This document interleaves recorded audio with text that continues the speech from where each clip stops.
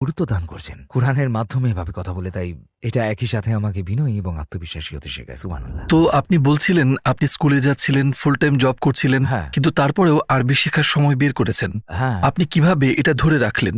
এটা ডক্টর সামির জন্য। এটা ছিল, আমি এই মানুষটাকে কুরআনের প্রত্যেকটা কথা অনুভব করতে দেখেছি। তারপর তিনি আমাকে কুরআনের কথাগুলোকে অনুভবও করাতেন।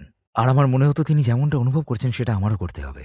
এই যে কানেকশনটা আমি ধরে রাখতে চাই, আমি তার ওপর নির্ভরশীল হয়ে থাকতে চাই না। কিতাব থেকে তিনি এইগুলো কিভাবে বের করতেন, এবং আমি বুঝতে পারলাম যেহেতু অনুবাদ নিয়ে আমি এরই মধ্যে স্ট্রাগল শুরু করেছি, আমার এই সরাসরি কানেকশনটা প্রয়োজন। তো আমার মাথায় এই ধারণাটা ঢুকে গেল যে আল্লাহর সাথে আমায় সরাসরি কথা বলতে হলে আরবি আমার প্রথম সিঁড়ি হবে। এটা আমি আর কারোর উপর ছেড়ে দেব না, এটা আমার প্রয়োজন।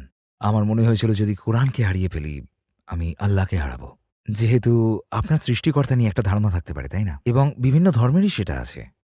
এমনকি দর্শনের দিক দিয়েও আপনি বলতে পারবেন যে একটা শক্তি এই রয়েছে, মহাবিশ্ব। এই মহাবিশ্ব, বা জানেনই তো কিছু একটা আছে, কোনো একটা সত্তা বা কোনো বস্তুর অস্তিত্ব আছে। মানুষ একে বিভিন্ন নাম দেয়, কিন্তু কুরআন শুধু সৃষ্টিকর্তার অস্তিত্বের কথা বলেন না।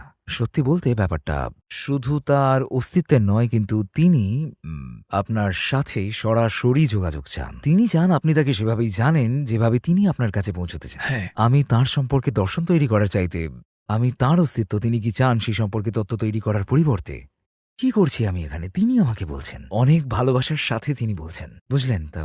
অনেকেই বলে যে সৃষ্টিকর্তার সাথে তার আত্মিক সম্পর্ক রয়েছে, এই জায়গায় ফিতরাত কাজ করে, সেটা আপনার থাকতে পারে, কিন্তু আমার জন্য আমি জানি না কোরআন যা করে সেটা অন্য কিছু কখনো করতে পারবে কিনা।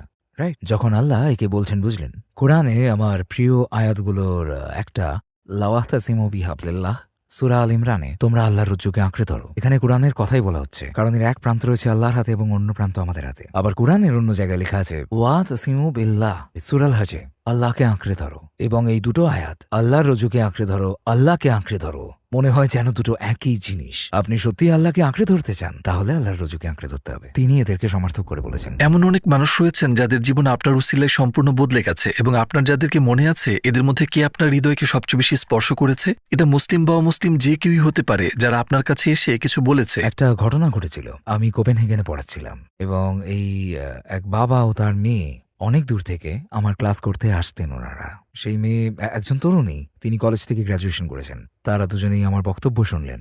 তো তারা এলেন এবং কোর্স করলেন। ভীষণ চমৎকার একজন ভদ্রলোক, এবং অনেক অনেক অনেক দোয়া করলেন, অনেক দোয়া করলেন আমার জন্য। কথা ছিল আমি 6 মাস পর ফিরে আসব এবং ফলো আপ ক্লাস করাবো। তো আমি ফলো আপ ক্লাস করাতে এসে দেখলাম কন্যা আছে, কিন্তু তার বাবা নেই। তিনি আমার কাছে এলেন এবং তিনি আমার হাতে একটা জায়নামাজ তুলে দিয়ে বললেন, আমার বাবা ইন্তেকাল করেছেন, কিন্তু মৃত্যুর আগে পর্যন্ত তিনি আপনার